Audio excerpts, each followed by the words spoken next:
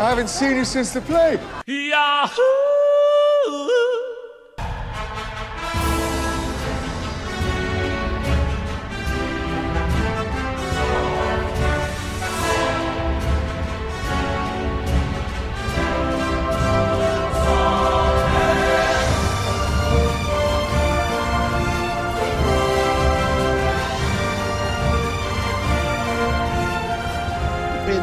Whiteness.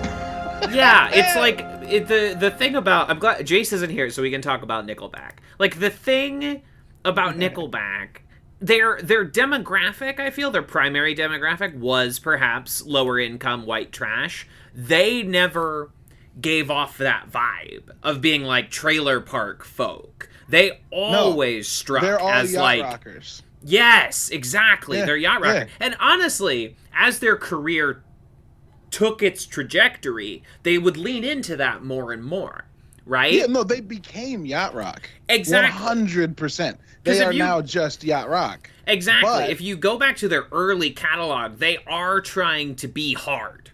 You know, they are trying to be fucking trying for really real. hard to be and hard. then whether it's because of almost. Exactly. And then like whether or not, you know, it had to do with record feedback or them kind of steering into the skid or, you know, knowing they were a joke or whatever. But like the difference between like Silver Side Up with like the eye and it's like crying the chrome tear in 2001. 4 years later, they're putting out Rockstar. You know, the wealth of difference between. Oh, and then they backtrack, right? Like the album that the Rockstar is yacht rock at its core. But then you go to their discography, Jeepers Criminus. Well, yeah, Nickelback. I would be deeply shocked if you knew, like, the overall chronology of it, like, every album. I'm looking at it right now. They don't have that many albums, considering how long they've been in the game. Because they know. They know, they're like, we don't got to give it to you all the time. We will give you one, and that's just going to have to tide you over. You're gonna be piecing. It's like Charlie Kaufman. You know, he doesn't make a film every year. You know, he puts out one every once in a while, and he's like, now you got to work that out, and I'll come back in 8 years, and we'll try this again. Did you try a unicorn? Hello? Yeah, look at the unicorn. That's a beautiful unicorn. It's such a good unicorn. That's a beautiful unicorn. Is it for me or is it for you? Oh, it's for Grandma? Okay. Oh, okay. It's really good. Give me a hug. I love you. Good night. High five. Good job. You're a good artist. His purple makes Daddy's skin look good because he's black. Go upstairs. I love you. Can you shut the door all the way? Why are those lights purple? Because I got brown skin. And purple and blue hues make him look good. That's a classic combination, right? Just ask the director of Moonlight, right? Where that film 100%. Is almost exclusively lit by like the first person that realized it and made a movie that people cared about. Wait a second. Barry Jenkins just like sat bolt upright in his bed one night. He's like, wait a fucking minute. Hold on. I have an idea.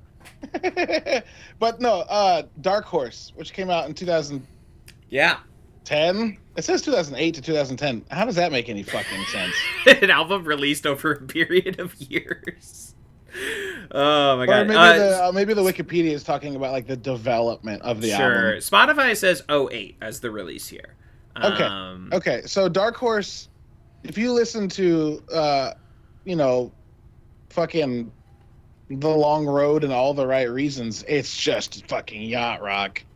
Absolutely. And then Dark Horse was them being like, we can be serious. And we have metal musicians that are in our band.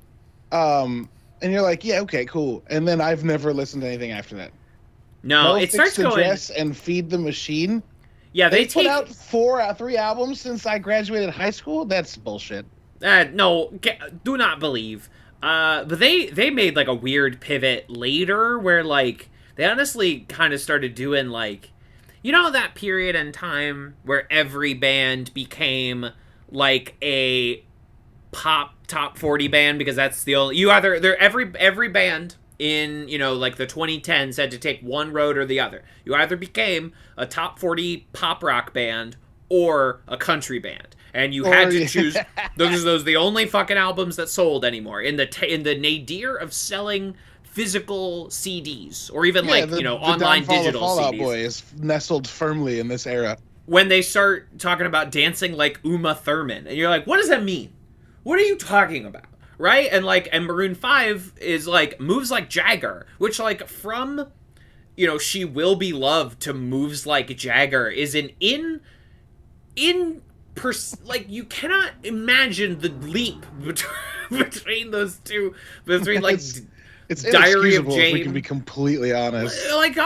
Truly, it's it's just the Maroon 5, which was Maroon 5 was never the greatest, it was not, we didn't lose some brilliant, beautiful, savant, but they're very good though. They were good at what they did, which was soft rock in the early 2000s, and then they decided it's we do pop top 40 now, and it was just the worst music you've ever heard in your entire life. But moves like Jagger, again, what are you talking about?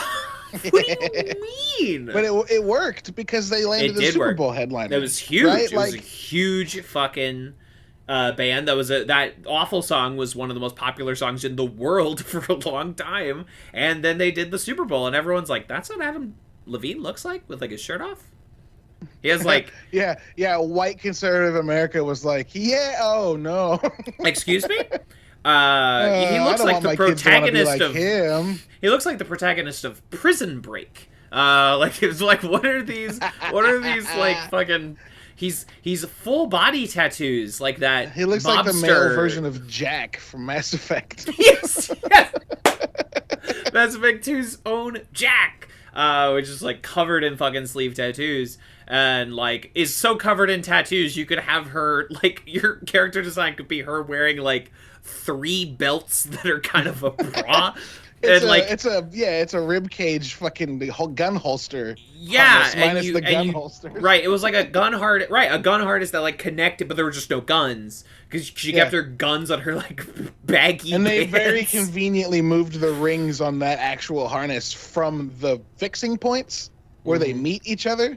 And put the rings in the middle of the straps. To the because nipples. If they left the rings where they make sense on a harness, they would have just circled her nipples. It would have just been arrows pointing at her. Listen, we all prefer Jack's Mass Effect 3 character redesign, right? Okay, we're all on the same page. Oh my god! Just step on Jack's, me, Queen. Jack's Mass Effect.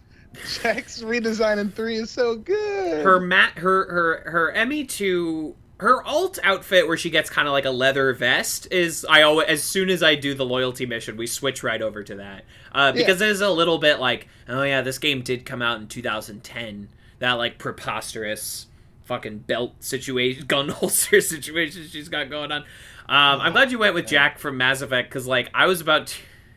My poll for person completely covered in tattoos. There's a character in the live action film Mr. Magoo, starring Leslie Nielsen. Jesus Christ! I have no idea what the reference who gets a tattoo every time he kills someone, and he's covered in tattoos. And that's how he threatens you. He's like, "I get the tattoo for every kill." A film I've not seen in over 20 years. So I mean, it's called Mr. Magoo. I don't know if I would admit to watching that. I was a 20 years ago. child. Yeah, I was a little boy. I don't know. We all watched. I was in a place, all right. I had opinions, but they weren't good yet. I'm sorry. I am enough of a man to look at the things I liked as a child and go, "Yeah, that was stupid as fuck." It's not some holy. I'm an adult. It's not some holy object. See your Ghostbusters fans, etc. It's no, you liked it as a kid. Please move on. Masters of the Universe diehards, it's okay. You liked it, and that's fine. Mass Effect 3 Jack is such a better look. It's such a better look with the ponytail and the ponytail and the jacket with the studded shoulders and the camo. If anybody can wear camo pants and I'm fine with it, Jack in camo fatigues and knee-high boots rules. That's fine. Yeah, it's Jack. It's Jack from fucking Mass Effect.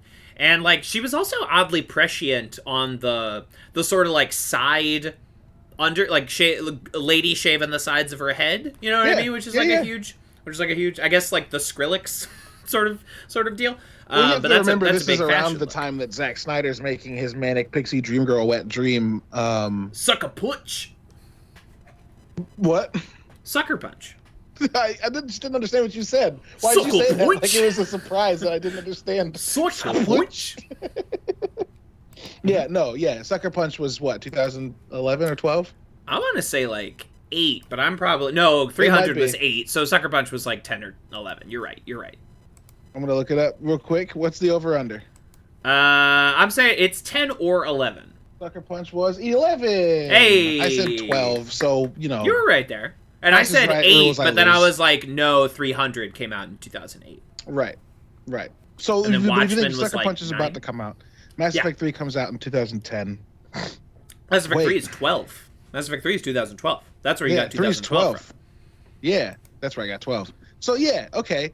Mass Effect 3 comes out, and it's a year after the Manic Pixie Dream Girls become mainstream in enough of a way that when their character that was bald before, which was Edgy, has grown up, they have her grow up into the other teenage wet dream they had. Right. Yeah. Absolutely.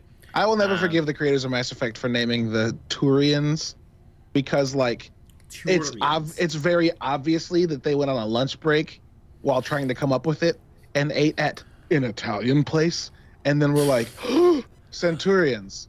Turians. But we'll just call them Turians. Wow, I never. And then we'll give them all Roman-ass names like Garrus Vicarian. Oh my god. And we'll put them on a planet that's Paladin. No, not Paladin. Paladin. Paladin, yeah. Yeah, dude, it fucking sucks. When I realized that, I was like, God damn it. I have not made that connection. You hacks in Montreal. You fucking... You're welcome. You goddamn hacks. That's fine. There's so much about Mass Effect that you have to go like... Romanized as fuck. It's fine. Yeah. Honestly, the Turians are one of my favorite subsects of those games. So like, no, for sure. I just wish that they'd been called something else. It really is like the Tridge of Mass Effect, indisputable set of aliens. You know what I mean? Not since like Star Trek: The Next Generation. Hey, you had just like, yeah, this is a great eclectic group of aliens, and since Mass Effect doesn't have to be like guys in prosthetics, you can like really vary up, you know, like the Krogans are wild, you know, like that's a cool sure. You have the Krogans and the Turians and the Quarians and the Asari and the Protheans. No misses, you hit it, good job, you know, like you nailed it. And then you get to Mass Effect 2, you bring in the Batarians, the Vorcha, again, all hits. Fucking good job, you know. Yeah. That's never gonna happen again. You know, who's gonna be the next people who are like, we can invent like 8 different races of alien for a video game? Yeah, and it's fine that they mailed one in. Yeah, it's fine that they're like, I don't know, you need like a name for it, you know, and like, I don't know, what the fuck, I don't know, we need a name.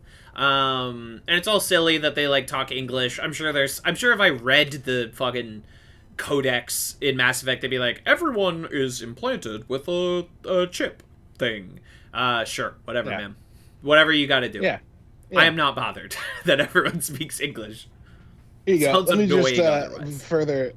Counselor Quentius, that's Roman. Sidonus. Sparatus. Vicarian. Victus. Kendros. Jacobus.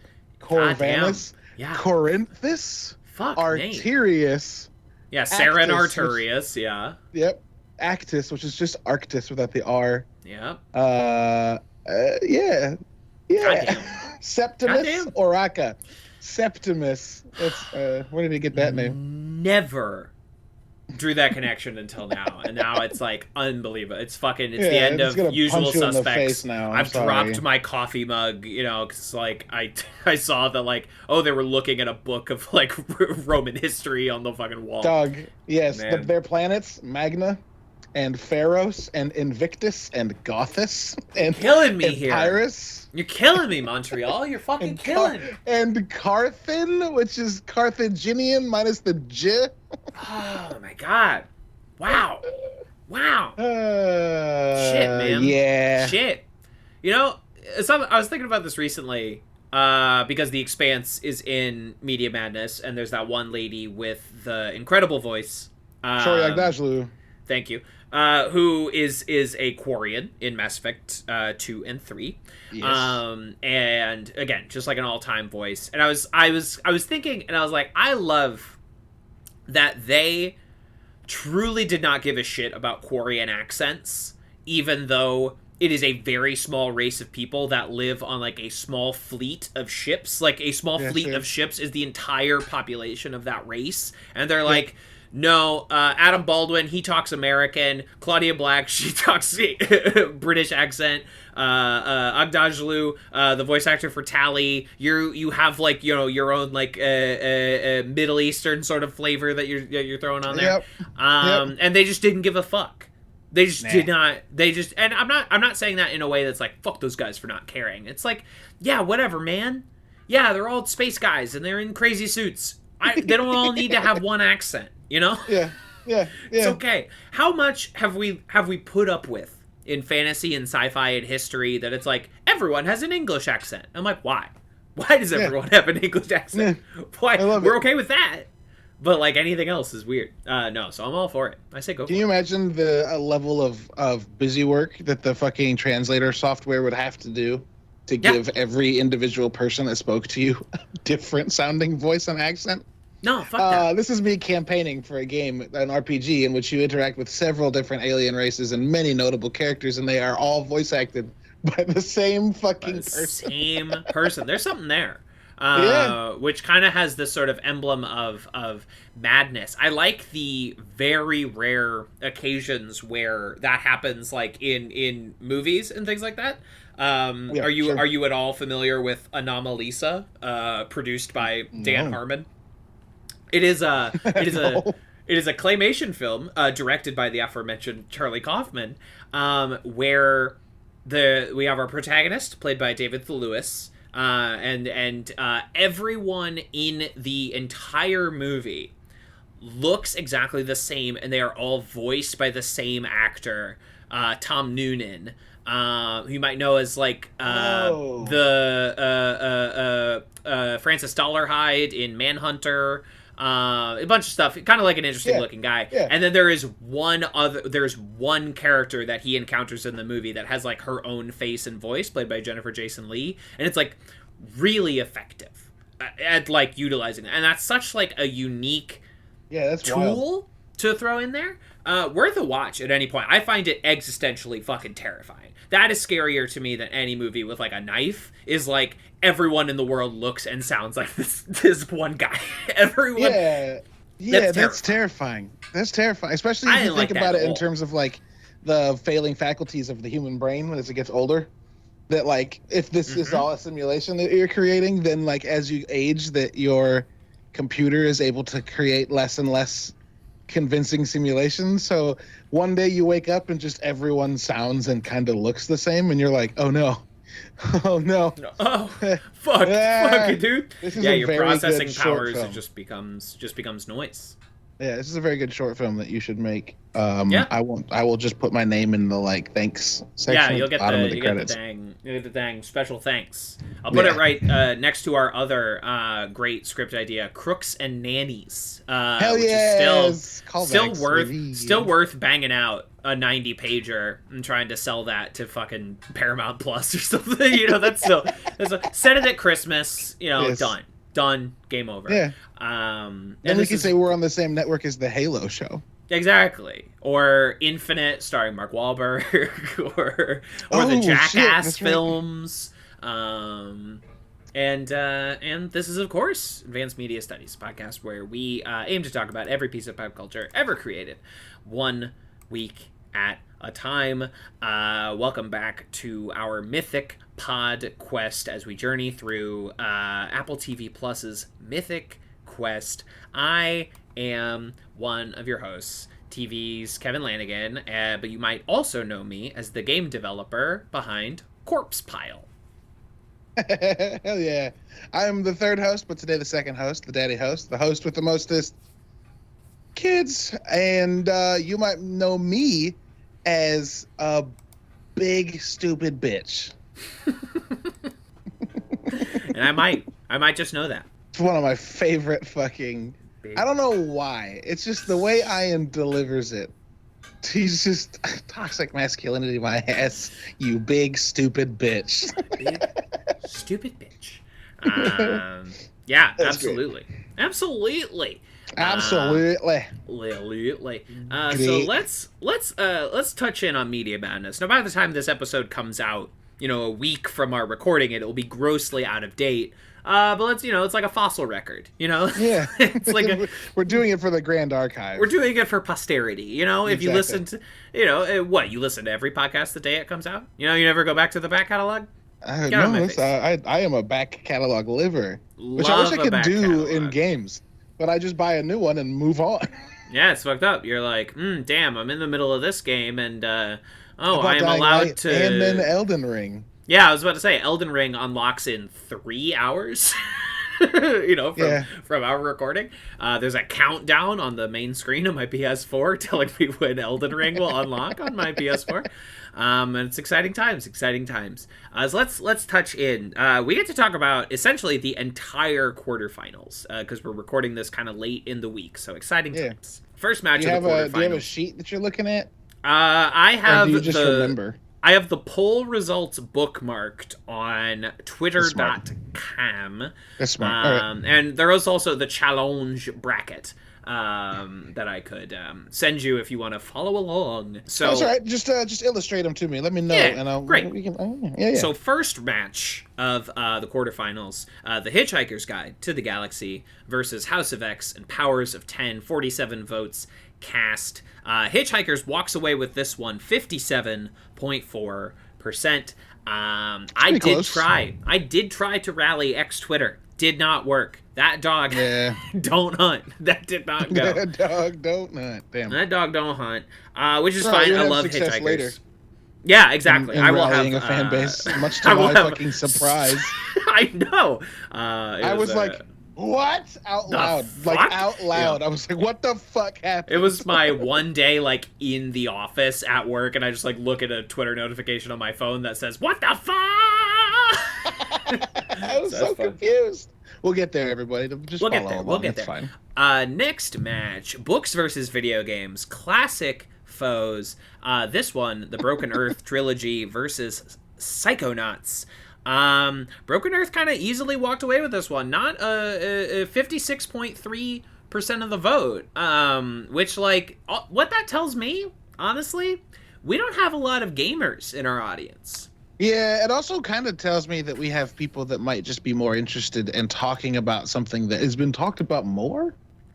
If that makes sense. Broken Earth is kind of a big deal, right? And K. Jemisin is kind of a big deal. And I think Psychonauts is a big deal, but it's also a game that gets slept on a lot because it's not a video game the way that Call of Duty is. So when you're want to play this game where you play Rasputin, a kid that goes into brains and tries to solve people's mental illness, which people are like, what? Sick as hell. But yeah, I understand. Psychonauts has always been a cult enterprise, and it took them many console generations to get a sequel made. 12 years, I think. Yeah, something 12 years, something bananas, and it's a miracle that Psychonauts 2 is as excellent as I've heard it is. Have not gotten a chance to get around to it. Also, a game I downloaded and then 6 months later uninstalled without starting. Yeah, fuck. But it's gonna be on Game Pass forever. So that is the good and the bad of Game Pass. There's no urgency. But also, it's I can still get around to it later.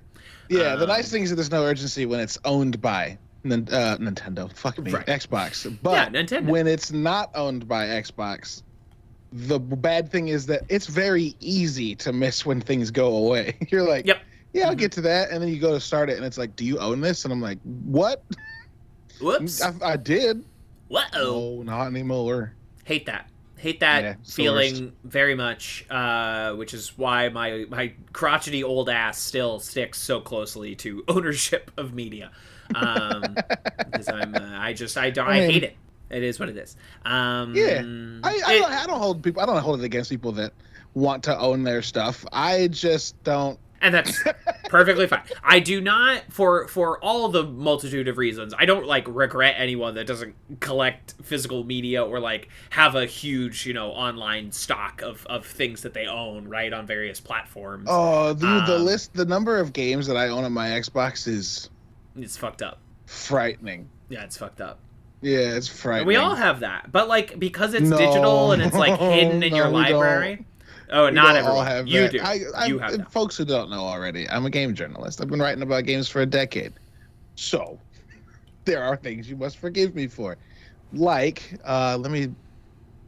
How do I know? Pull up the list of unplayed I can pull it up on my phone. I can see my total owned games on my phone. Here we go. Ready? You want to guess? Do you want to give it a shot to know how many games I have access to? Full video games. Full games. Mostly $60, but many 30, 20, 40, some for sale. That you could download at any time. Games that I could download at any time. How long has this... Excluding Game Pass. Sure, excluding Game Pass. How long have you been building up this collection? I've had my Xbox since 2010. 12 years of video games. I'm gonna throw 132 games. Oh no. 404 video games. Oh no. Oh no. Yeah. Oh boy. Yeah, right. The list is endless, and that's just 360 and OG Xbox and Xbox One, right? That's just this ecosystem. My Steam library, we're both on PC right now. We can, Let's not talk about my Steam library. Let's talk about any of our Steam libraries. Two can play this particular game. Yeah, right. Is there a way to see? I have 63 in my Steam library. I don't know where to see that number. I think you also in 2020 bought that like bundle of games for Justice. Remember that thing they did after George Floyd? Mm-hmm. So I bought an itch.io bundle of games for like $50 that includes 1,400 fucking games. Yeah. Humble Bundle was kind of like, it's kind of that fucks your numbers up big time, like a Humble Bundle or something. Especially if you have the monthly subscription to Humble Bundle, because it's like every month here's 10 more games, and it's like, what? That's fucked up. I didn't play one of last month's games. I know people that got Humble Bundle subscriptions, and then like 3 months in were like, stop, you're making me feel like a worse person every month. Damn. If I got the 1,400, I didn't allocate it to my account, so I'm kind of just eyeballing it here. They're all itch.io games too, so like. Well, that explains. Yeah, I probably have it, but like I don't own. I looked at it for the first time look up in a year itch.io yesterday. I was like, oh yeah, I did exactly. that. Exactly.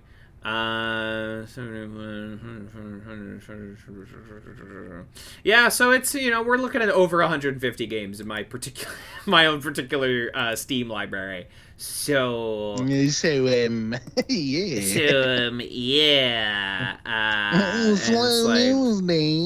Yep.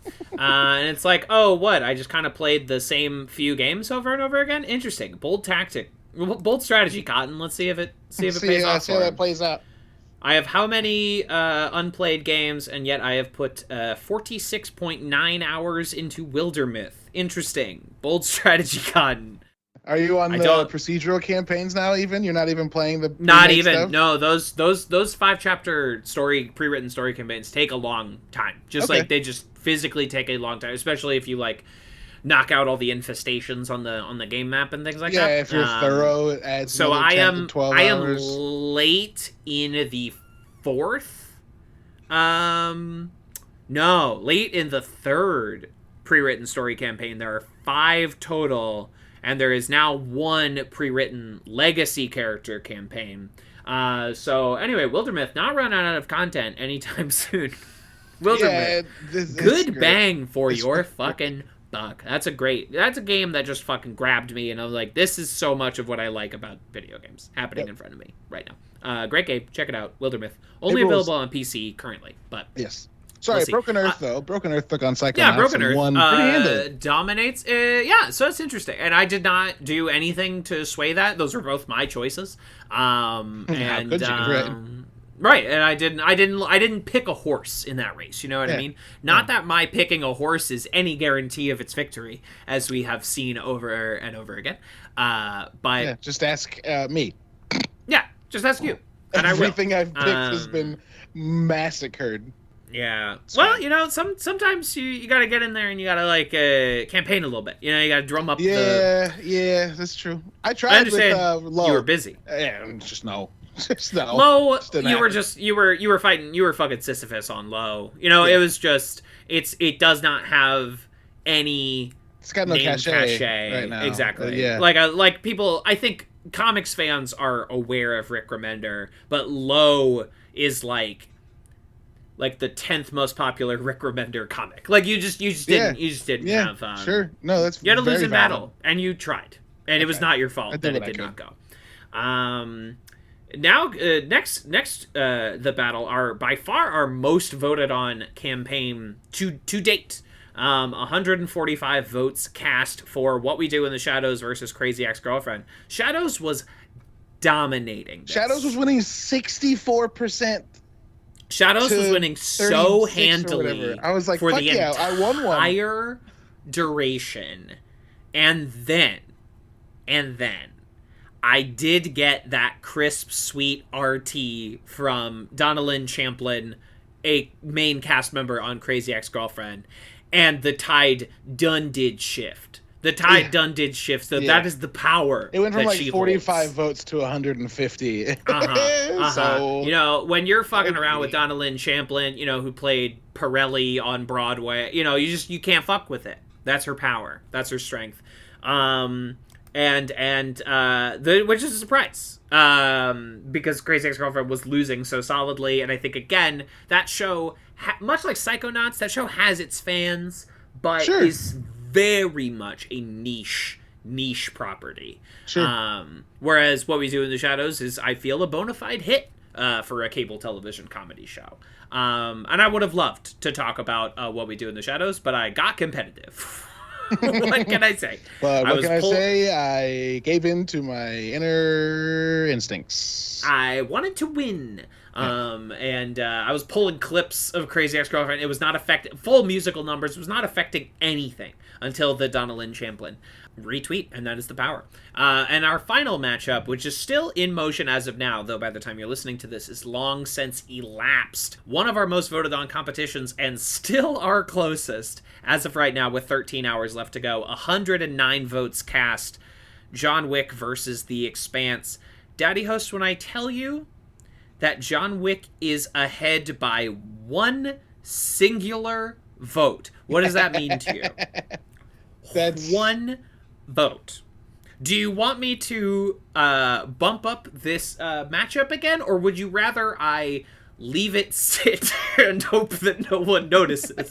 What would you rather have you voted from both of your accounts? The biggest problem I have with this is that, like, I want The Expanse to win the whole thing.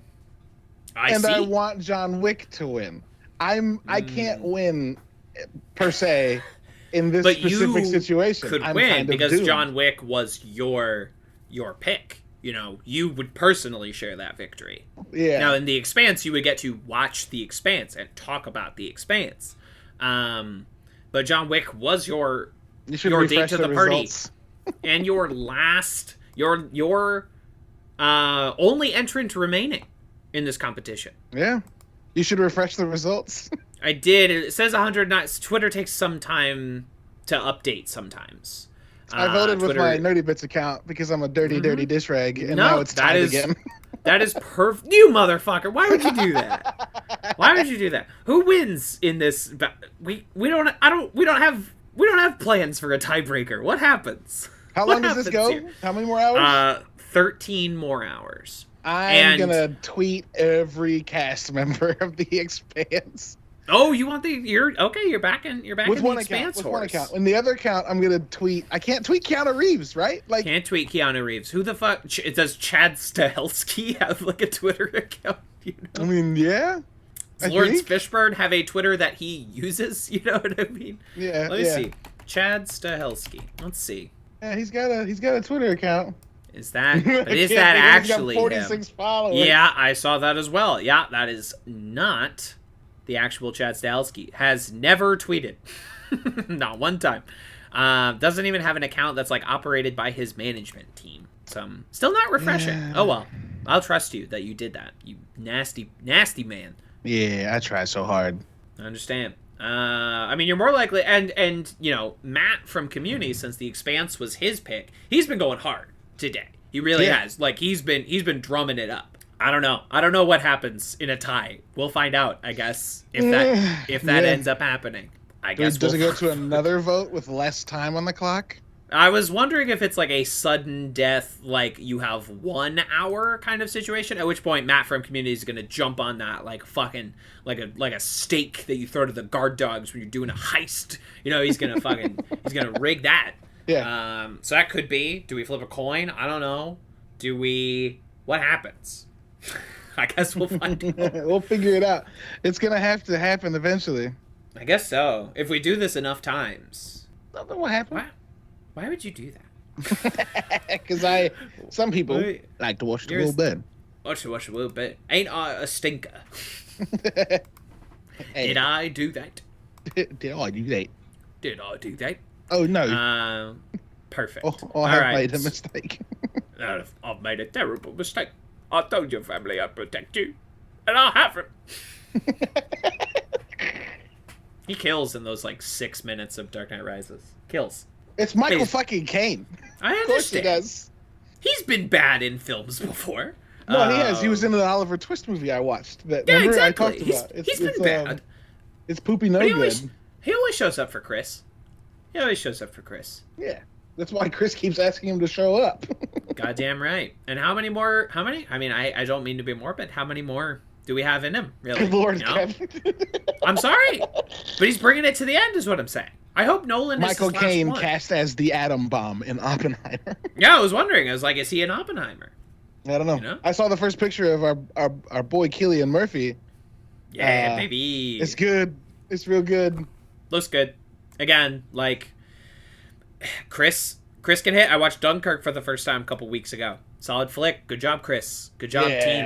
Yeah. Way to go. Yeah. Way to go, everyone. That relieves Interstellar Cillian's is my last also one. Great in that. That's true. Very good. Interstellar is my last one. I gotta knock that out at some point. I gotta just pop it on. But my TV's not big. Do you know what I mean? They should. Yeah, no, I get that. If I were running an IMAX theater, I would re-release every movie about space every single year. Sure. You know what I mean? Gravity should be in IMAX every year. Avatar should be in IMAX every year. Well, it's about to be in IMAX every year, so you'll get that list. Even movies I don't like Ad Astra, I'm like, that should be in IMAX every year. We've had this fight on the podcast. But it should be in IMAX over and over and over again is what I'm trying to express. I want that for Ad Astra, a movie, again, that I don't particularly care for, but it deserves it. Do you know what I mean? We got to get that going. Blade Runner is not set in space, but Blade Runner 2049 should be in IMAX. Dune should be in IMAX every year. Oh my God. Every year. We're very close to that coming back to HBO Max. And, praise be. Can't wait. I just finished that book. Yeah. And also they're casting Princess... Irulan. Forgot the name. Irulan. Huh? Princess Irulan. Irulan. No, it's just because I'm saying nonsense. That's basically her name. She is in. I have a hard time choosing between Florence Pugh and ATJ. Anya Taylor-Joy, again, was designed in a fucking lab to play a space princess. She... Sure. Look, I love Florence Pugh. Florence Pugh is from the planet Earth. Florence Pugh was born on Earth. Anya Taylor-Joy was born in a cocoon in the depths of space. Do you understand what I'm saying to you? She deserves it. I also, I just read that book. That character is in the last 10 pages of that book. Yeah. They could get fucking... Just shows up at the end. They should just get a model, they don't need Anya Taylor-Joy. Does she even speak?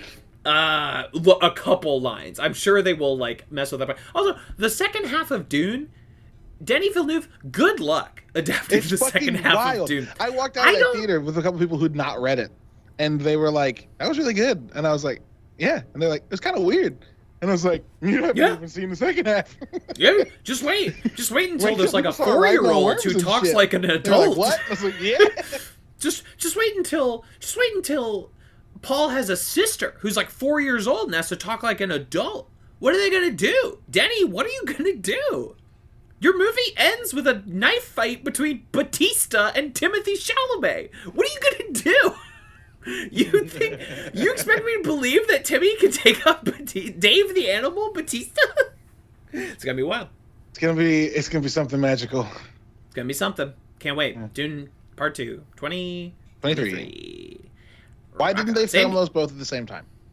Because they didn't know if it would be successful, and they didn't want to waste a ton of money. And honestly, from a business standpoint, I understand.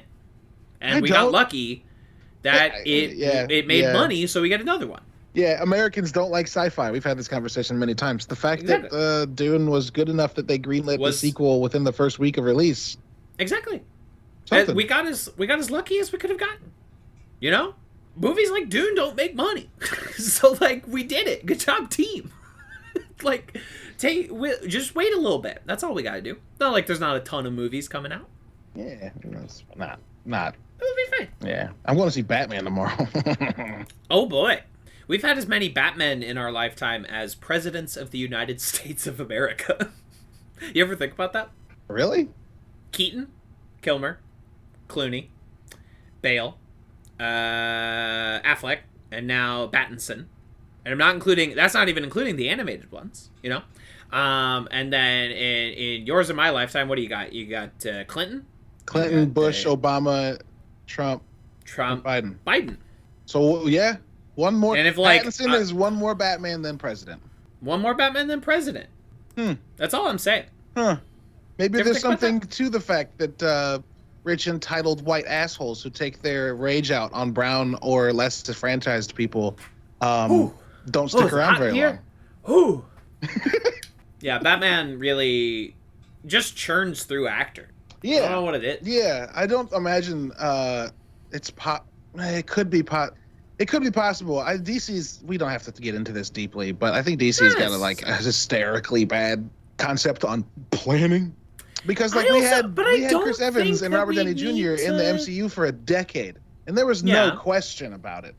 And also, there was you at could certain tell times. they were planning on it. No, but Chris Evans almost left after Winter Soldier. Like, he was almost, like, I think he was going to leave, and then his directorial debut was reviewed terribly and made no money, and he came crawling back. Oh, that's right. That happened. He almost left. He would have come back pretty early. The Marvel Disney paycheck is too fucking big. Not if he was suddenly, like, you know, a Bradley Cooper auteur director. You know, not if he he wanted to leave. He was trying to leave. Yeah. Well. And that's what I'm saying is, like, I don't think I am in the minority in these nerd circles. I don't think we need some grand plan. Just make a movie about Aquaman. Just make a movie about Batman. Stop worrying about 10 movies from now. Sure. You know? Just fucking make the movie. And if it's good, make another one. Yeah. And if you make a couple good movies, then great. And cross them over. I don't care. Alien versus Predator. You know, it worked. Let's go. Just fuck it up. I'm in the minority. I was like, no, I don't need there to be like one person in charge of Star Wars. Just make some Star Wars. I don't care. Just make some. Yes, exactly. Just give me oodles. Give me oodles and oodles of Star Wars. The original trilogy, which everyone like jerks themselves raw, like talking about the original Star Wars trilogy. There was no plan. There was no architect. I guess like George Lucas, but like he only directed one. You know what I mean? Like there was no grand 3 arc structure. Also, the one he directed was bad until his wife fucking fixed it. Exactly. So, like, why does everyone think there needs to be a plan? The only good Star Wars trilogy didn't have a plan. So, like... It's true. Like, maybe it's overrated. The only, like, every movie is pretty good Star Wars trilogy, they didn't have a plan. George Lucas says he did. He didn't. He did not. I would love a Batman to an actor to sign up for 10 years of Batman. I'd love that ahead of the gate. Just like, I don't care where we go with it. I want to be Batman for a decade. Fuck fuck yeah, let's go. I see. Yeah, I don't know. I've heard. I'm starting to hear things that Pattinson might be people's favorite Dark Knight ever. Which everyone says that every time, though. What? Everyone says that every time. I've been alive long enough to see. Never got that love. No, I'm sorry. he absolutely did. He absolutely did. Not from like you and me, but like there are legions of people who legitimately is like, this is the best Batman ever, and I've heard it said to my face. I think he's the best Batman. Christian Bale's always going to be the best Bruce Wayne. I agree. I think Ben Affleck's the best Batman mainly because the cartoon we grew up on made Batman big. Like, so big he can't scratch his own back big. Refrigerator ass looking motherfucker. Yeah. And he's supposed to, as Duncan Idaho says in Dune, fight like demon. And like the Batman of the Snyderverse fights real good. Sure. So Affleck's Batman rules. His old Bruce, I don't give a shit. So exactly. Yeah. So there you go. It happened. I've been alive long enough to see it with every Batman and every Joker, because we've had so many versions of both of those characters in my fucking lifetime that like every single time before the people are like, oh, best one ever, and then like time passes and people have very different opinions, because again there have been more Batman than presidents in yours in my lifetime. Yep. And I've been around. I don't know. They say it every time. Will I go see Batman? Yeah, sure. Yeah. I'm not ready to be like, best one ever. Here we go. Yeah. Yeah. I mean, I'll be able to tell you tomorrow. Hey, there you go. We'll see. But like, there's also, honestly. anybody ever heard of a recency bias? Yeah. I hope that like I can eschew that. It's gonna be tough, but I hope that like in sitting down to watch that tomorrow, I can be like, all right, maybe I should have spent like the last couple of days watching Batman going back from every era, the history tapes. It would actually that's a genuinely probably good idea. I can't do it because I'm screening tomorrow at 11. Pulling a fucking all-nighter watching. Yeah, it would have been really smart over the last couple of weeks to watch like Batman. The Tim Burton. Mm-hmm. Tim Burton one, the first one, and then watched Joel Schumacher's Batman Forever. Hey, I like those movies. And then those Schumacher Batman movies and Robin's are fucking fun. Clooney choice. Yeah. Clooney. Hey, he was good. He's not the issue. He's not the problem. Oh baby. George Clooney could not ever be Batman. He's too soft. He's a great Bruce Wayne. He's not a fighter. He's not a puncher. You're absolutely correct. Thank you. That's what I mean. Yeah, he's not a puncher. Batman. But also, if you and me remember Batman and Robin, spends a lot of time out of that suit. He has a black card. That's also the fucking worst. It's great. I love it. I'm not even a black card, a bat card. No, I'm not. No cap. I'm not lying. If you ask me to put on a Batman film, the first one I pick is Adam West Batman. And then after that, it is the Schumacher Batmans. It is Batman and Robin or Batman Forever in that order. Kev's goated with the sauce right now. Listen, I'm a geeked up white boy. What can I say? Those movies appeal about what I like about Batman. Is that he lives in a crazy cartoon land full of insane people, and those movies get to the heart of them. They're a good adaptation of my favorite era of Batman, which is like the 1950s, where they did not give a shit about like seriousness or continuity or any of that. They're like, Two-Face has two ladies. They're called Sugar and Spice. Who are they? Where did they come from? I don't care. Who gives a shit? Who gives a shit? One of them is Drew Barrymore. Who gives a shit where they came from? It's cool. That's me. Yeah, I mean, I get that. No shame. I get that. No shame to all my Nolan devotees. I like all three of those movies. They're really good. Really good. And like, I think that there's a way you could attribute the grimdark, this is who Batman is in cinema, to Nolan in a way. But cinema, I also think that people fault, kind of came around to the idea that Batman's a horrible person, and I don't think anyone's told that story well enough yet. People have been. This is all like so many. This is Alan Moore's fault. And we can get into the, it was 1989 was the beginning of the end of what I like about Batman, because that is the publishing of The Killing Joke, which is obviously like a legendary comic, one of the biggest selling graphic novels of all time. It also sucks butts, and it changed Batman and the Joker specifically forever, in a way that I don't personally care for. Sure, I like it when he's a cartoon man who dresses up like a bat. I like when he, and listen, I'm not knocking anybody anything, but when Paul Dano is like, I lost sleep because I was so intense playing the Riddler, a guy whose name is the Riddler, who usually is wearing a suit covered in question marks. I'm like, we've lost the plot a little bit, guys. We've maybe strayed far from God's light at this point. If the Riddler is so intense, that he's like, it fucked me up, dude, playing the Riddler. That's just me. Yeah, no, that checks. I personally am the opposite. I love the idea of Batman being so broken he doesn't realize he's the problem, and I love the commentary that he's a rich white dude who could use his resources to help the disenfranchised and instead beats the disenfranchised to a pulp and then puts them in a medical facility that obviously is operating on malpractice and taking advantage of them and putting them back out worse so that he can hit them again. I don't hate that. I love Our that. ideas are not diametrically opposed. I just don't understand why that has to always be like... Oh, okay, sure.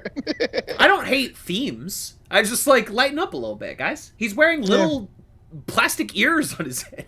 He's like a cat girl. Like, lighten up. It's fine. Everyone enjoy the batting gentleman, because hey, your side of the argument, you all won.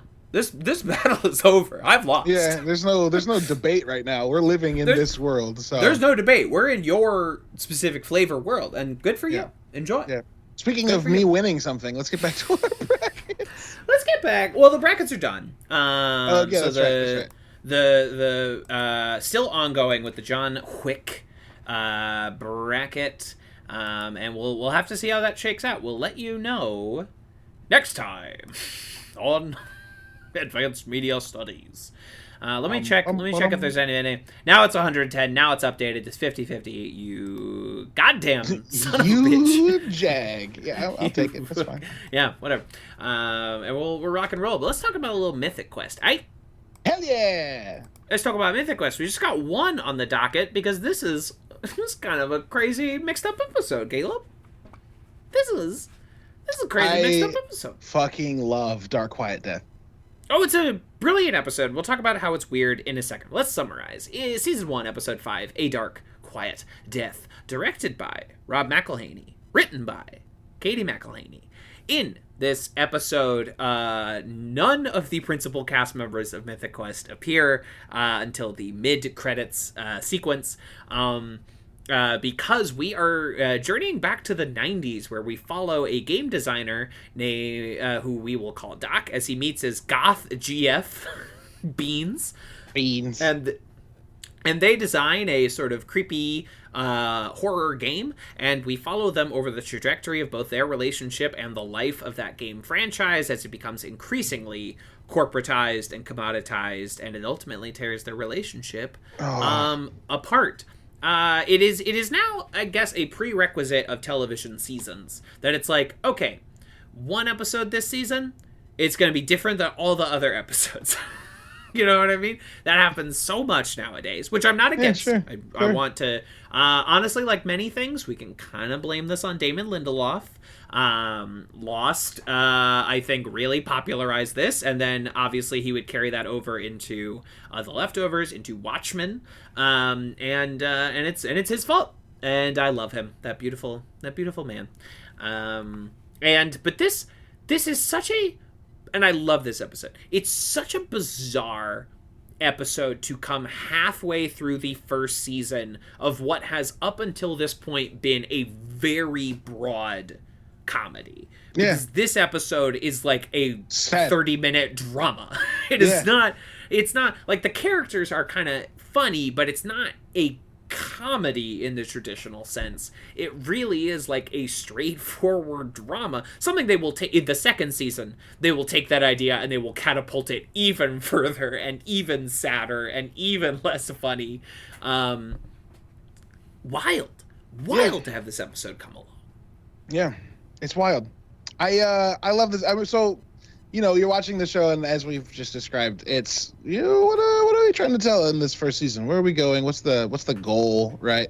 And then we get this episode, and like my brain immediately jumps into like, okay, why does this matter, right? Sure. Why are we getting this story? Why is this important?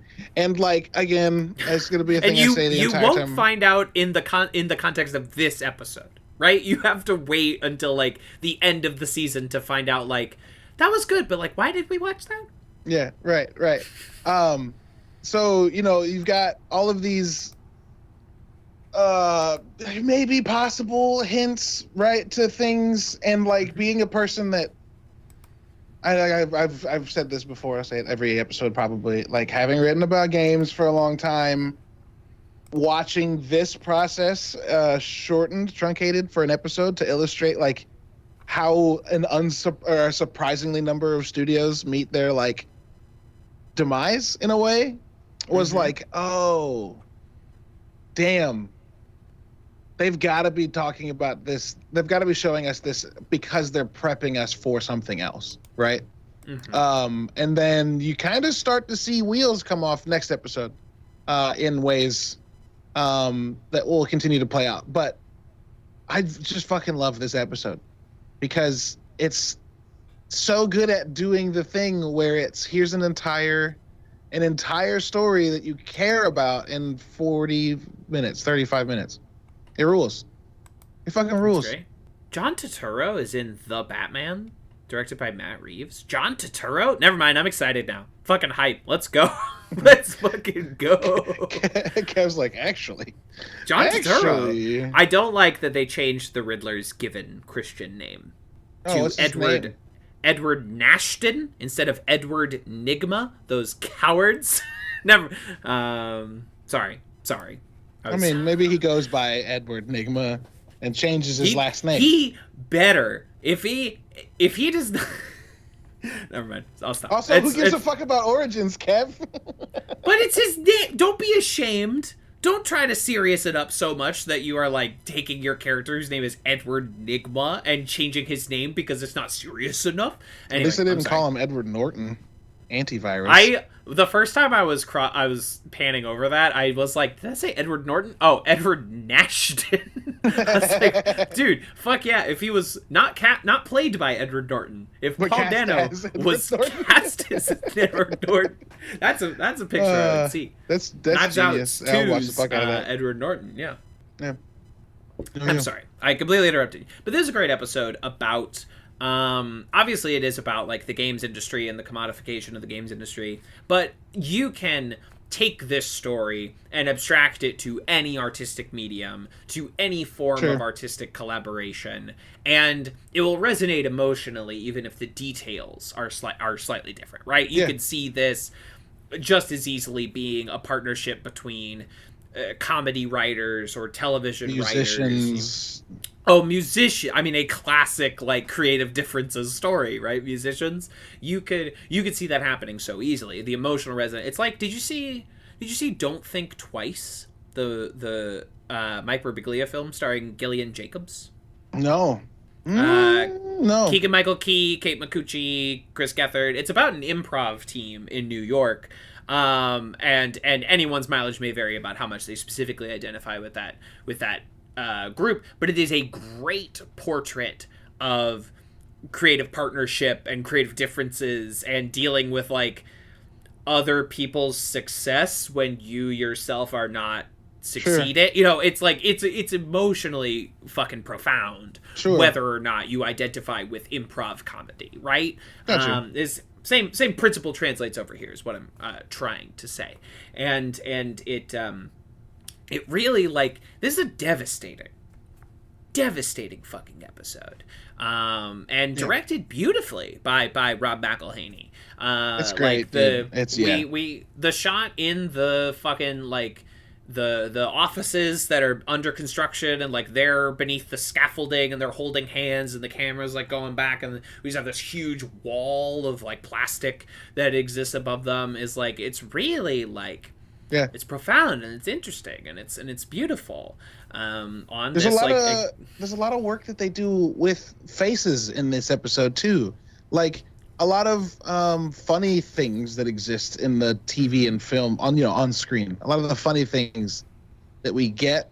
There's a really great Every Frame a Painting about how bad American visual comedy got for a while.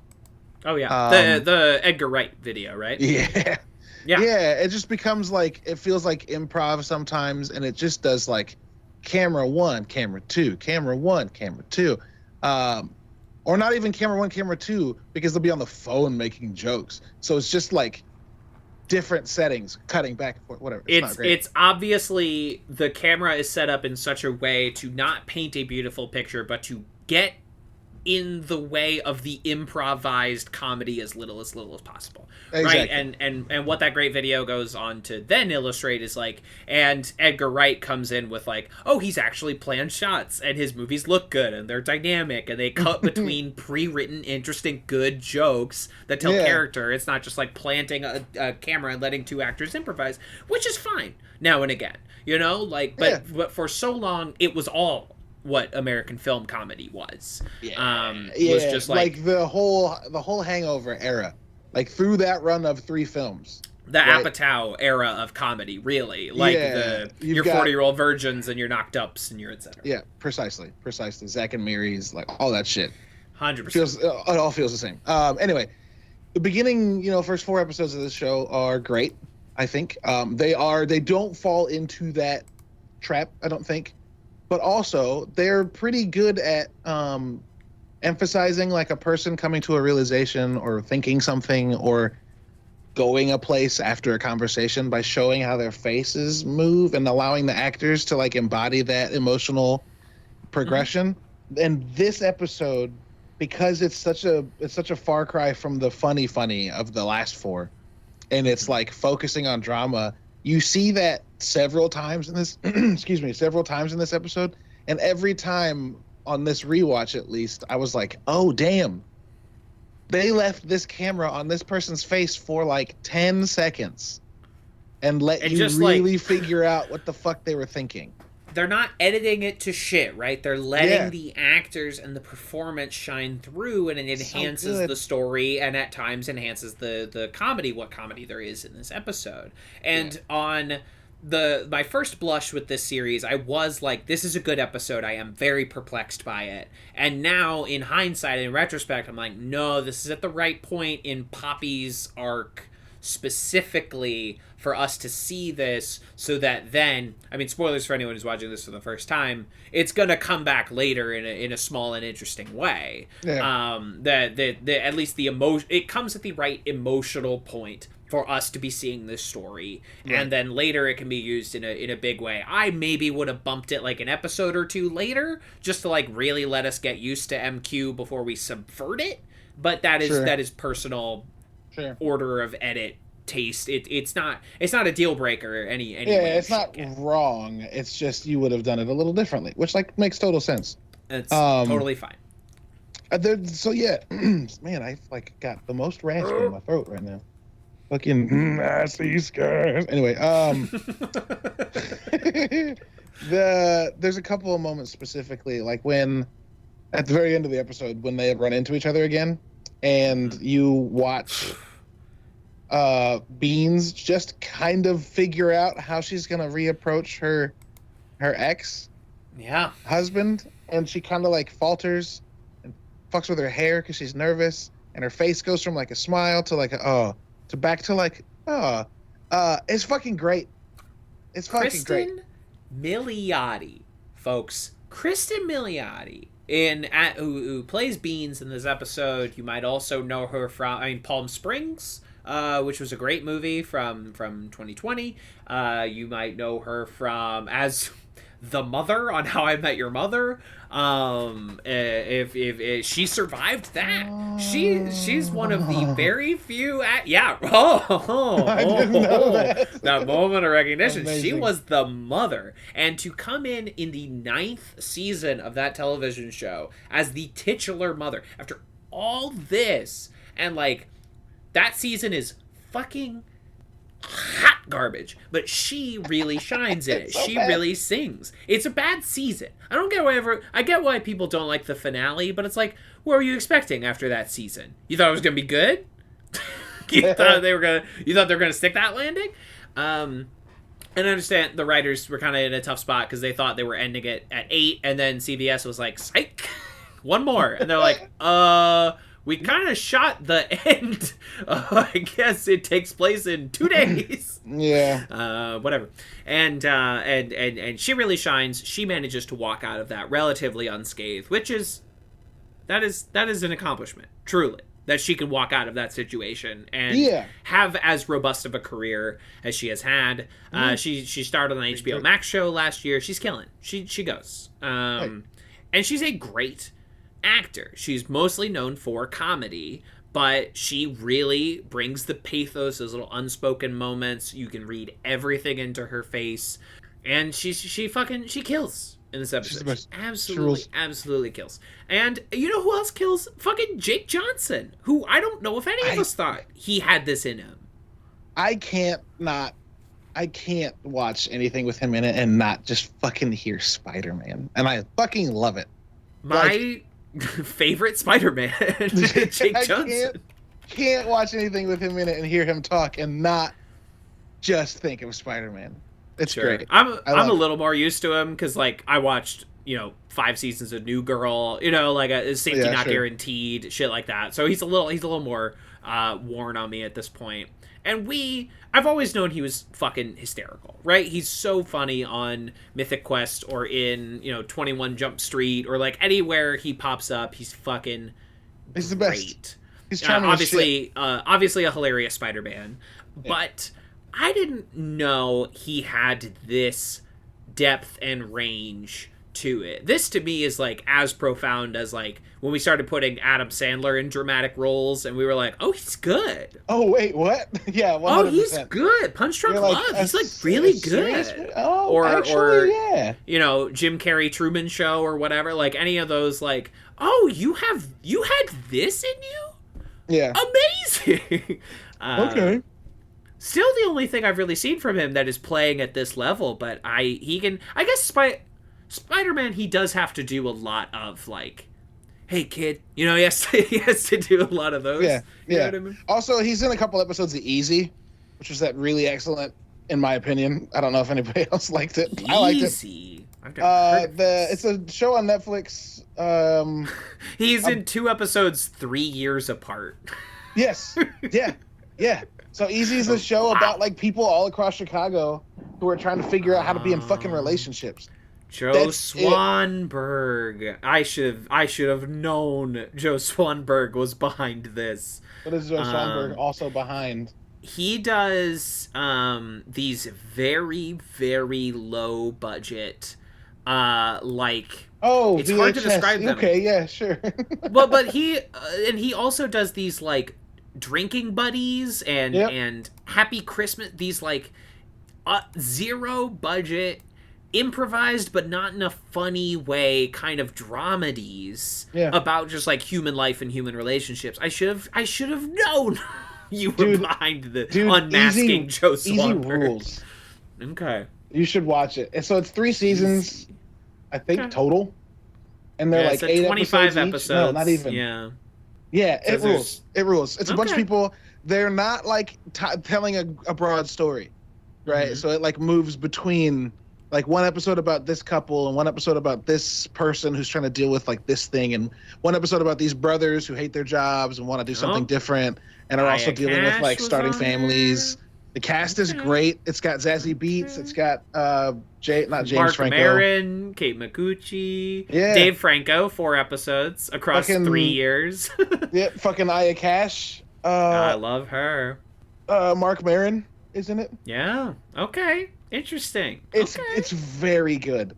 And then, you know, occasionally you'll see like what Mark Maron's episode, he's hanging out with his old friend at dinner and they're talking about something. And then like 2 episodes later, you're following a sex worker who goes to like a book reading and ends up sitting next to Mark Maron's friend at the book reading.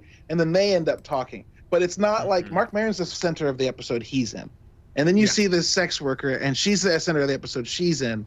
And then you follow Mark Maron's friend in an episode and she's hanging out with the sex worker. And you're like, oh, so it's just like sometimes people cross paths, sometimes they don't. Sometimes you just get an episode about a guy and that's the only time you ever see him.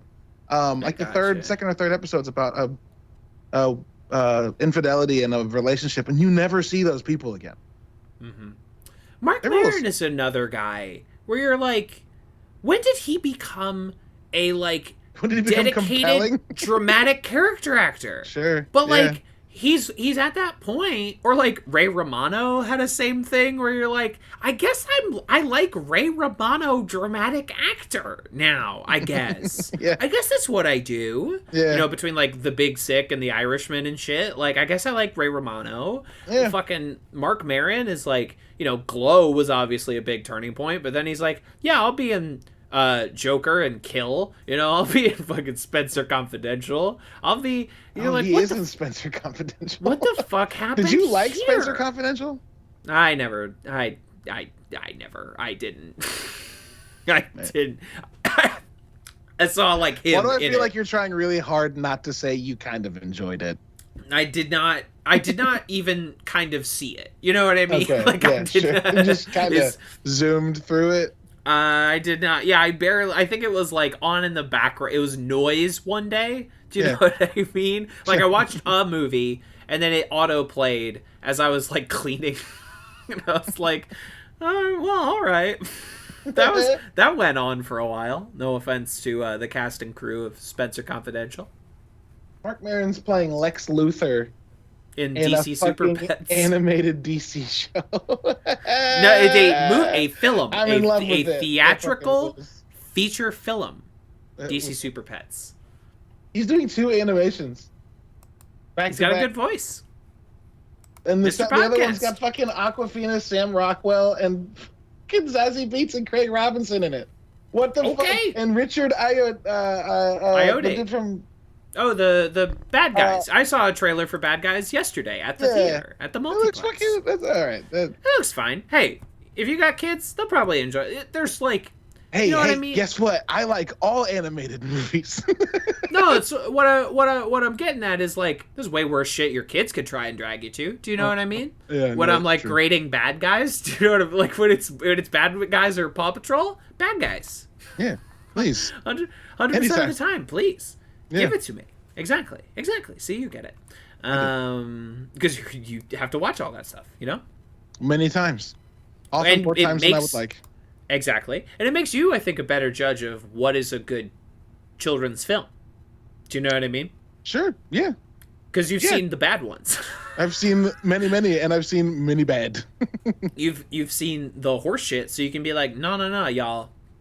Sing 2 is for real. I'm not. You didn't say that, but maybe you think it. I don't know. I don't know if I've even seen it, but I can tell you that all the Barbie shows on Netflix fucking suck.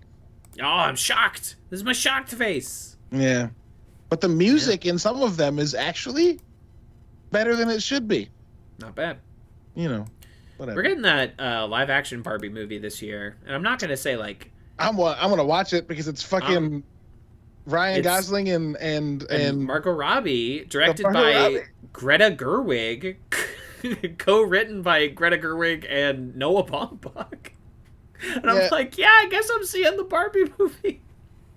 That's fucking wild. Here we go. That movie gonna be? We go. Because everybody's got to do your IP movie now, right? Like, it's part of the rules of Hollywood. Even if you're like Greta Gerwig, who had the huge indie hit Lady Bird, had Little Women, which made like $100 million, you know, like a big fucking solid hit. But it's like, you got to do your IP at some point.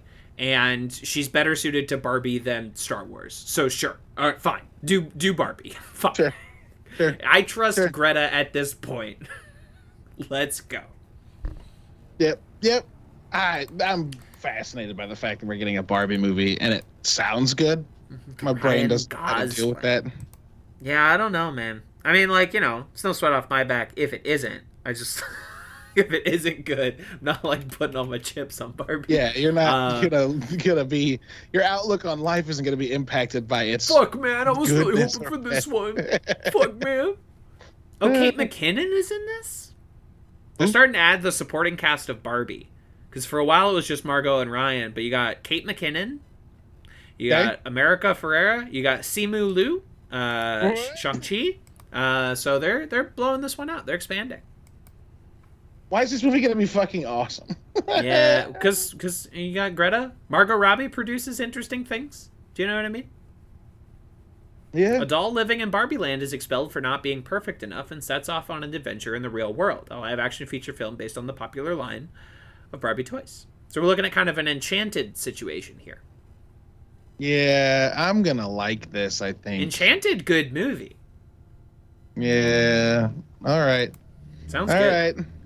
And you have a daughter, so that's bada bing, bada boom. I have a daughter who has a Barbie dream house, so, you know. Bada bing, you're seeing Barbie. Whether or not you think it looks good, you are seeing Barbie. What's funny is I'll be in a theater full of dads that are like, I can't believe I'm fucking here. And they'll look to me to be like, right, bro? And I'm going to be like, no, I can't fucking wait, actually. You're going to give them, like, the big double thumbs up. You're going to be, like, wearing a big foam finger that says Barbie. You know, like, you're hyped. I'm going to come with a Barbie tattoo. Yeah, it's going to be great. I hope it's one of those that it's, like, everyone is slowly won over. Do you know what I mean? Yeah, sure. Where, like, people went to see it ironically, and then, or like, oh, my kid's dragging me to this, and then you're like, you know what? Not bad. You know what? It's actually all right. Fucking 40-year-old dad does not care about film, and he's like, that was not bad. You know, it really won me over. Really spoke to me. Like, some dad in the back is sobbing because he's always thought he was supposed to be perfect his whole life. And this Barbie movie reminded him that it's okay to be imperfect. I don't have to be Ken, you know? I can be me. Dad. My name is Dad. I grew up thinking that I wanted to be Ken, and when I became him, I'm dickless. No, I'm just kidding. It's true. This man has no dick. Perfect. We're so fucking far. Where the fuck? I don't know. But Thanks for listening to us, everyone who listens to us. We're talking about this beautiful, soulful episode of this show, and we're just we're buck wild, we're just off the goddamn chain. You got the fucking guy from the Cosby Show. It's like they're the guy who's always giving them feedback from what do they call him? Like the IP manager or something like that. The marketing brand manager. Yeah. From the fucking Cosby Show, and it's just like there's just all these fucking delicate moments, and it just resonates with like what because you know Mythic Quest is kind of here or there on like accuracy. Do you know what I mean? Like, it's like, yeah, we're talking about like ideas from the game industry, but we're not trying to tell like the most accurate story in the entire world, right? Because it still has to be a TV show. Man, but this, yeah, but you would be fucking amazed. This hits. You know, would like, be fucking amazed. In how much of this show has struck with me. That's true. No, I mean, I'm not saying they are intentionally distant from it, but you know, like stark realism is not their hit. But like, you know, when does this episode come out in relationship to Dead Space 3? You know, where like the really stripped down horror game is slowly metamorphosed into like an action shooter, an action shooter franchise, right? Like this is the exact trajectory that this episode takes, and I love that like they have been seeding this for at least a few episodes now with all the Roscoe stuff that's been around. You know, like I think Ian drinks out of a Roscoe mug. Obviously, the girl at the streamer convention is dressed as Roscoe. Like they've been back feeding this for so long that it resonates. It feels built in, and also something. Rob McElhaney's facial hair they have used in a very interesting way. That like they obviously shot things at certain times based upon the stage of his facial hair, because when he's pitching Mythic Quest starring himself, he has no facial hair, and there was in the second episode, the Masked Man episode, there's that montage of him giving updates on like Yeah, and they go Facebook through Live like or whatever. a Fu Man. They go through all sorts of different fucking shit. And it grows, and you're like, no, they just actually used beard growth as like they built that in to the production, and they had to like plan these things out like months in advance in terms of filming. And that's just like a level of precision and clarity and detail that shows often just like aren't even allowed to attempt because of production schedules, much less like pull off like this. And I think that's fucking beautiful. Yeah, it's bitching. Yeah, it's bitching. Bitching.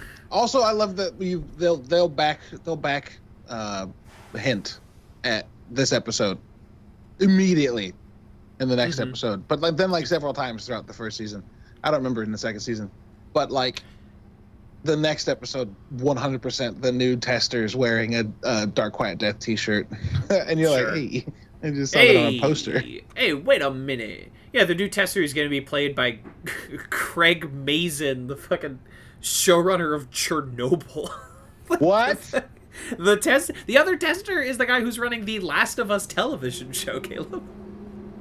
Oh my god. The co-writer of Superhero Movie, the superhero parody film starring Drake Bell, is the other guy. It's Craig Mazin.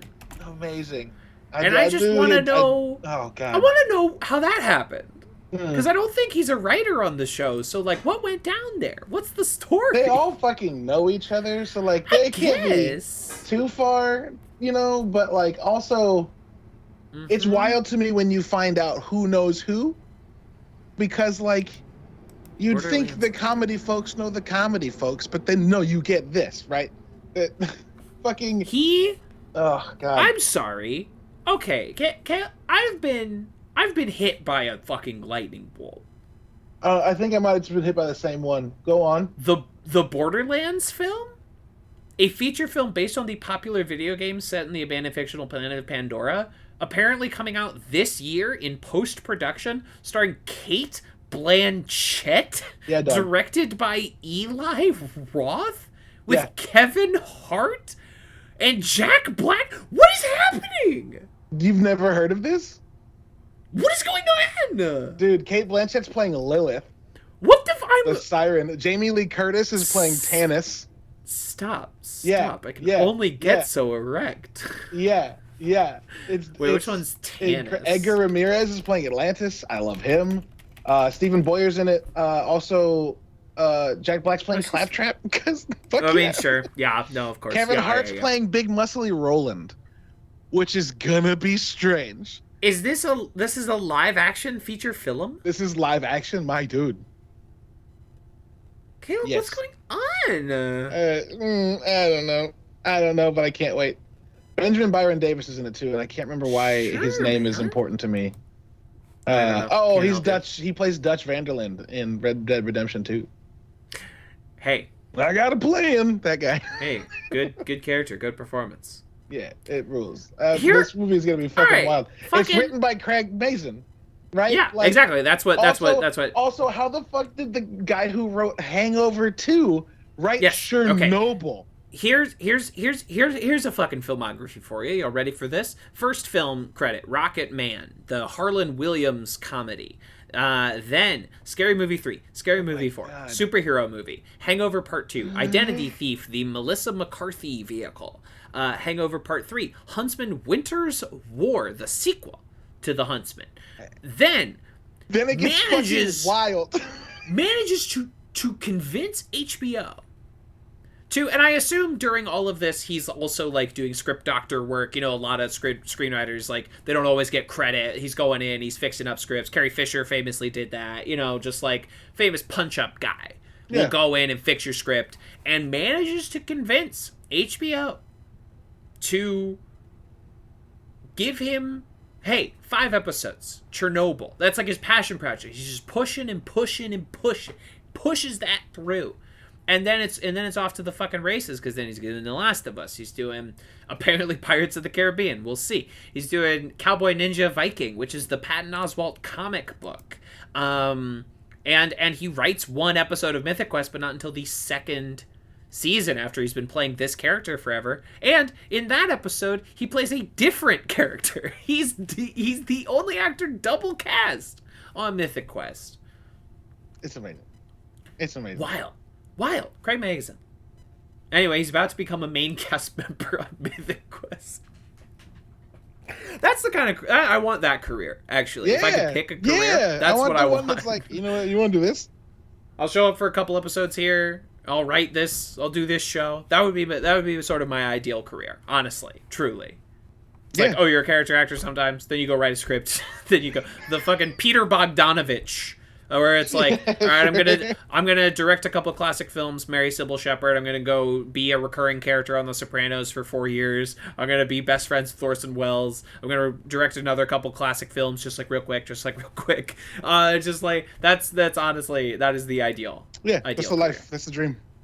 This is the life. It's my dream. Fucking great. Anything else to say about this very good episode of the television show Mythic Quest? No. It's great. Think we got it in our classic style. Yeah. In our Reviewing it is only talking about whatever the fuck, and that's how we do it around here.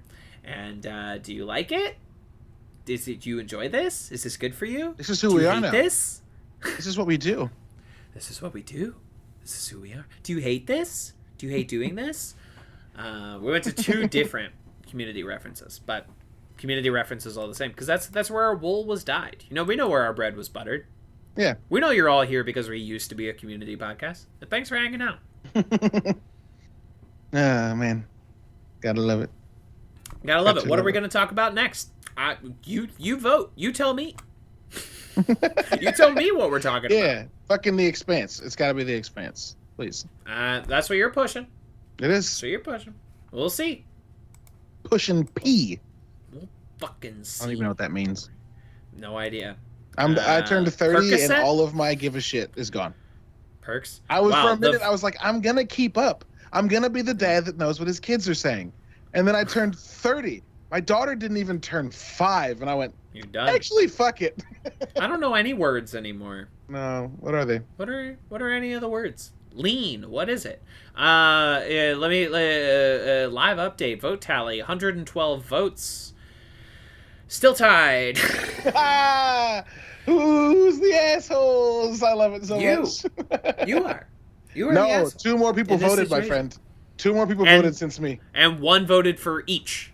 But you tied it in the first place. It wouldn't be tied if you didn't tie it. You did this.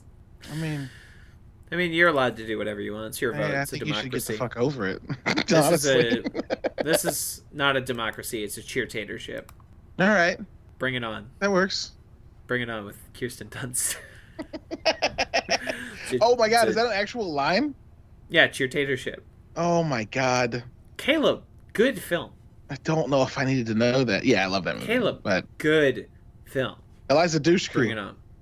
Dushku. Gabrielle Union. Oh, yeah. The leader of the Clovers. Yes, the Clovers. Thank you. I didn't know you were as into the hit American film Bring It On.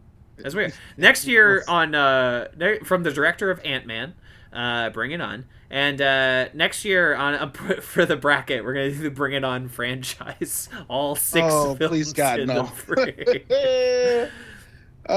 Isn't one of them got fucking Hayden Panettiere in it? Yes, it does. Yes, it does. And she crumps in front of a black man to impress him? I want to say Bring It On All or Nothing. I want to say.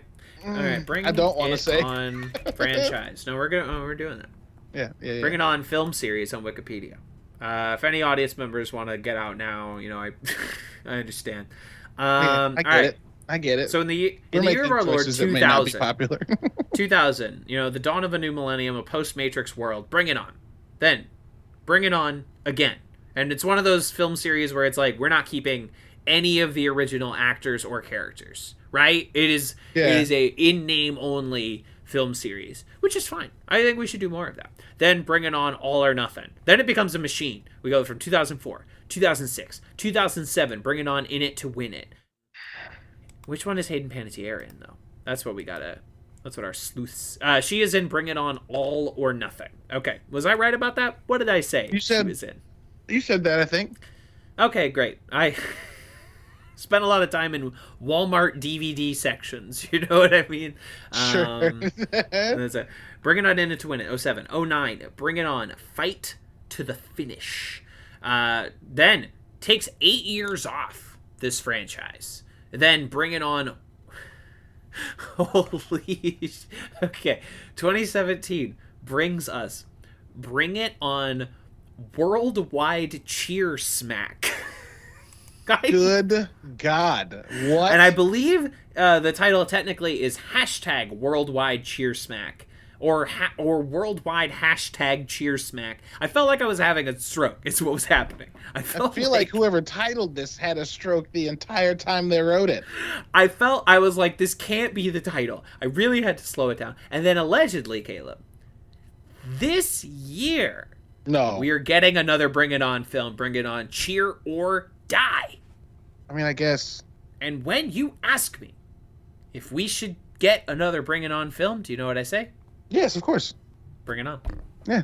Of course. One must. You simply Vivica must. A. Fox is in like the 6th Bring It On film? Who is? Vivica A. Fox. Sure. Who isn't? Sure. At this point. Yeah, fucking. Hey, who isn't? Collect that check, Vivica A. Fox. You'll get no guff from me. Who does she play in Kill Bill? Black Mamba? I haven't never seen No, Black Kill Bill. Mamba is Uma Thurman. I've never seen Kill Bill, so I can't answer any of your questions about it. Well, it's okay. I simply can't Google another thing for this podcast. You know, I was going to watch Kill Bill, and do you know what dissuaded me? I'm not kidding. The odds of this happening are so low. Okay. But can you guess what dissuaded me from watching Kill Bill? Was it the allegations of abuse in stunts on Kill Bill? Yeah. Oh, okay. I was like, I'm going to watch those movies. And then that like, news... the next fucking day, that news came out, and I was like, you know what? I'm not going to watch those movies. Kind of dissuades me from watching the film. Yeah, I was like, oh, damn. No. Horrible timing. And it's like, once you know that... The good news about Earth is that there's an abundance of really good stuff. So if you find out something has problematic origins or problematic participants, you can not. You can choose to not engage. I don't have to watch Death on the Nile. Stuff. I just get to watch Knives Out again. Damn. Just the most. It's just problematic. The movie.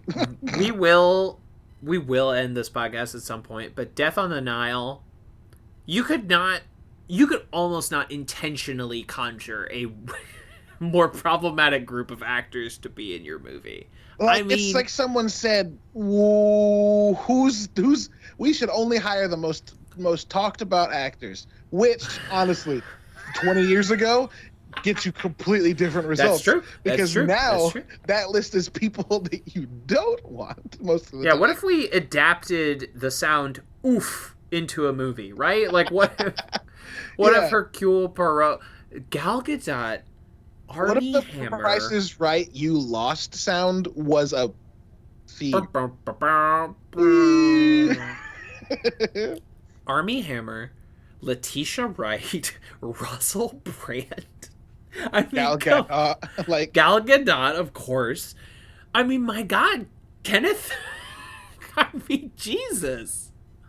Like, I thought they could not top Johnny Depp being in the first film, and I was proven so wrong. I mean, really.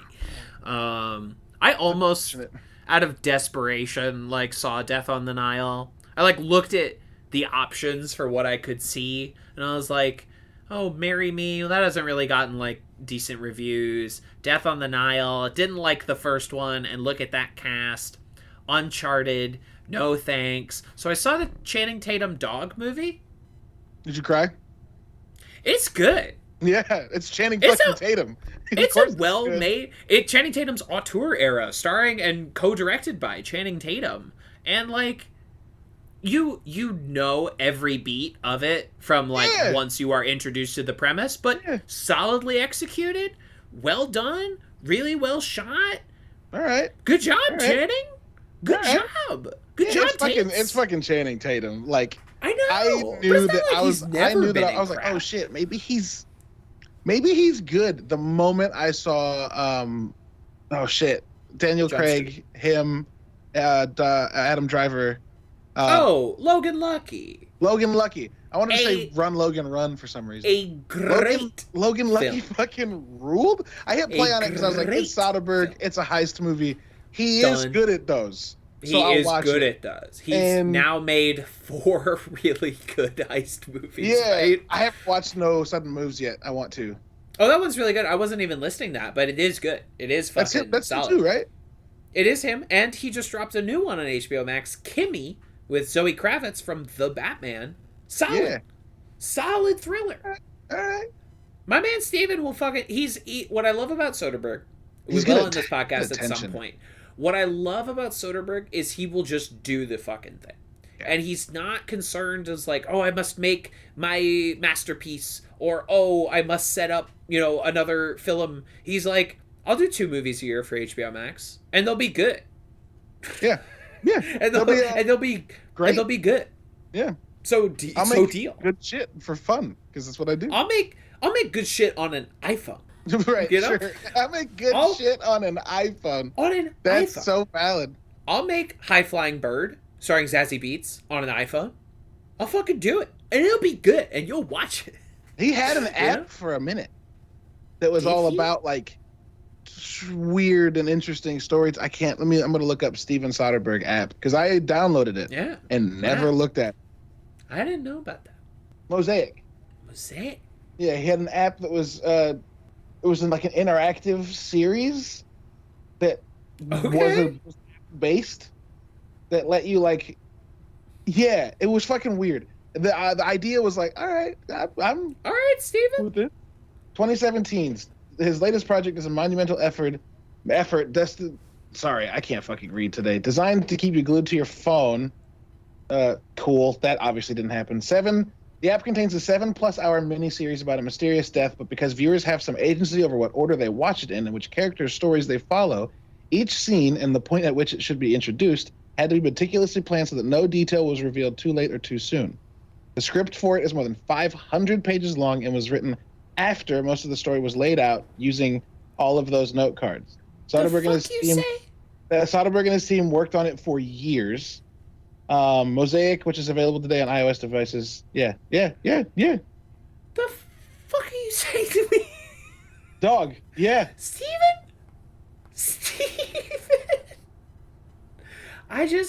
I again, like a Craig, like if there's anyone whose career I could earnestly emulate, it's like maybe Soderbergh, who's like, I'll do whatever, I'll be the cinematographer, I'll direct Magic Mike, and then I'll just be the DP on Magic Mike 2. Like whatever, dude, I'll do it. Okay. Love it. Dude, Love the that cast he had wasn't bad either. I wonder what it's rated in terms of like probably did not people thought of it. No, I meant what people thought of it. Oh, I see. Where would you even rate such a thing? Who knows? The App Store? What is this? I think it's on HBO now. Yeah, Sharon Stone. Sharon Stone. Yeah, hey, Sharon right. Stone, Paul Rubens, Jennifer Farron, Garrett Hedlund, Beau Bridges, Michael Cerveris, Devin Rattray. Steven, good for you, Steven. I think you can watch it now. Like, I think you can just watch it through. But I see. the way that it was designed, you were able to like interact with it.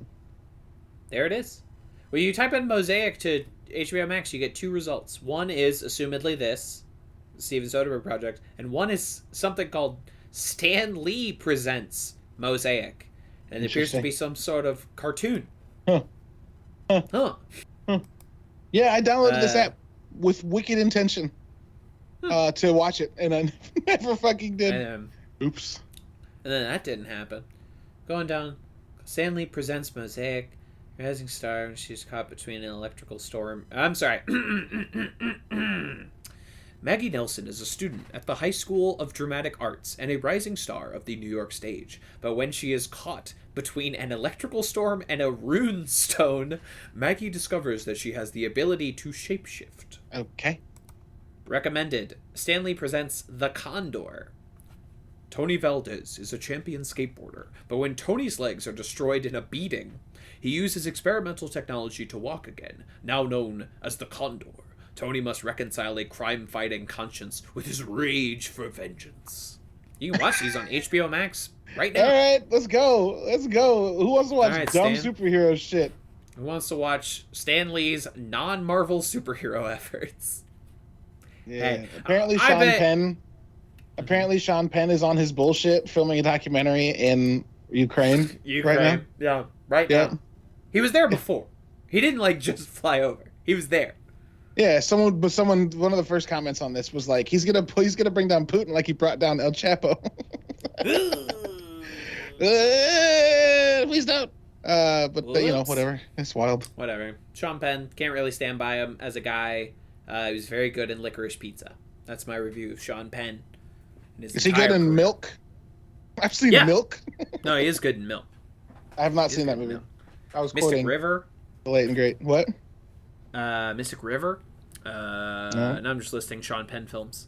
I don't know if I've seen a Sean Penn movie. It doesn't seem like... My guess would be no. I think I looked this up once, and I was like, he's a name and a face I recognize anywhere. I don't know if I've watched a single fucking thing he's in. Very big actor. But wait, what's Mystic River? It's the Clint Eastwood movie. Boy gets kidnapped when he's very young, and then they find him, and he's traumatized for life. And Sean Penn is like an adult, and his daughter gets kidnapped. Oh, Emmy Rossum's in it though. Cute. Yeah, but she's like that was a while ago. Yeah, that was 2001, 2003. Yeah, I don't know if I've seen. And I haven't seen Milk. Haven't seen Dead Man Walking. Haven't seen 21 Grams. Gangster Squad. Nope. Tree of Life. I'm guessing no. Secret Life of Walter Mitty. I've definitely seen that. Hey, there you go. He's the photographer in that. I love that movie. That movie's stupid, and I love it. Rock on.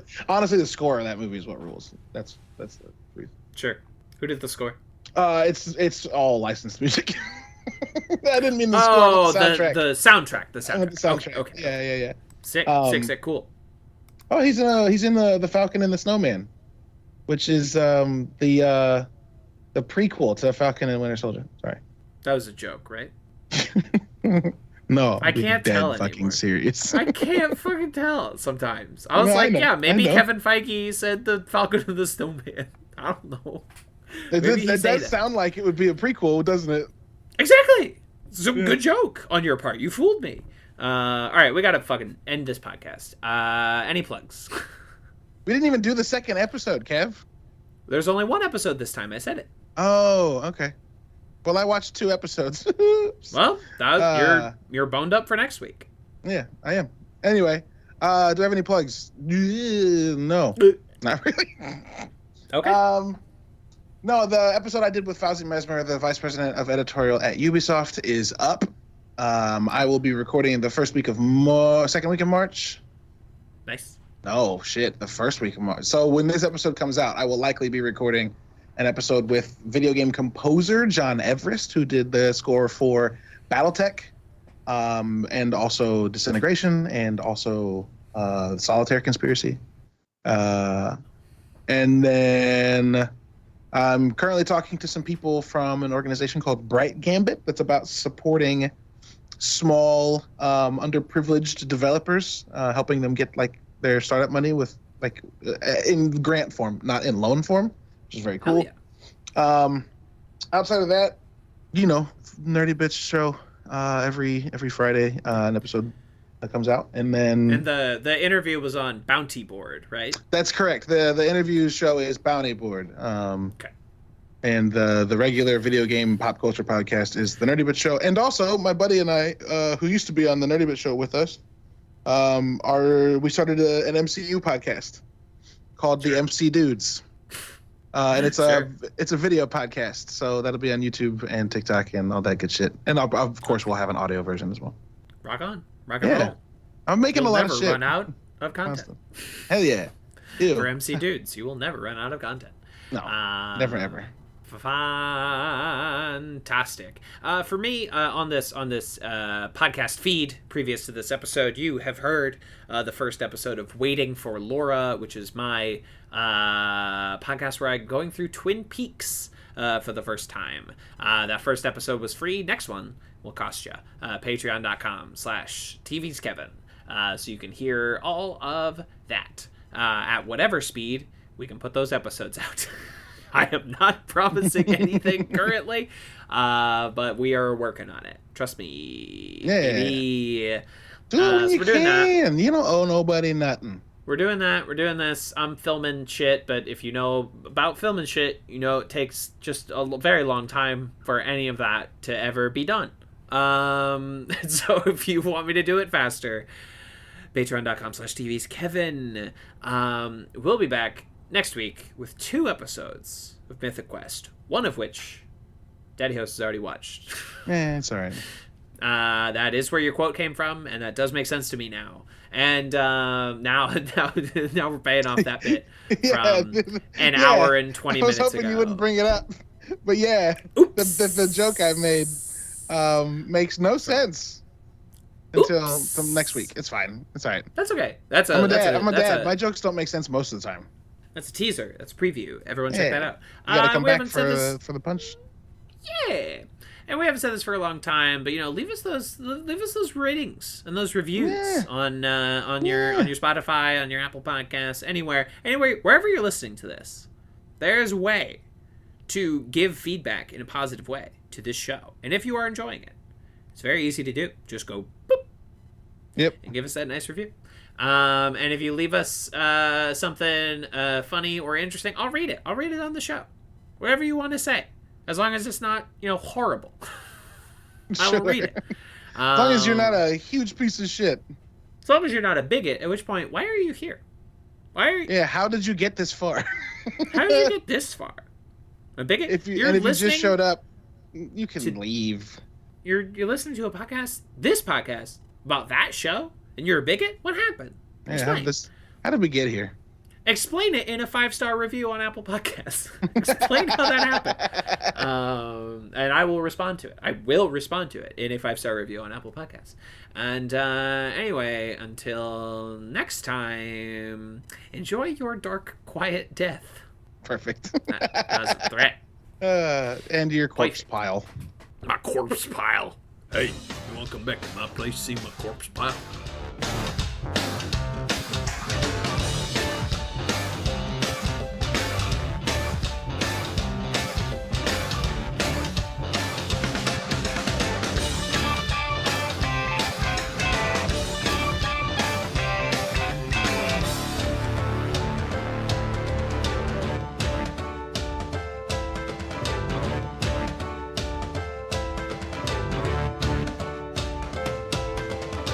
This has been a Talkback Podcast. That was quite a show. Very entertaining.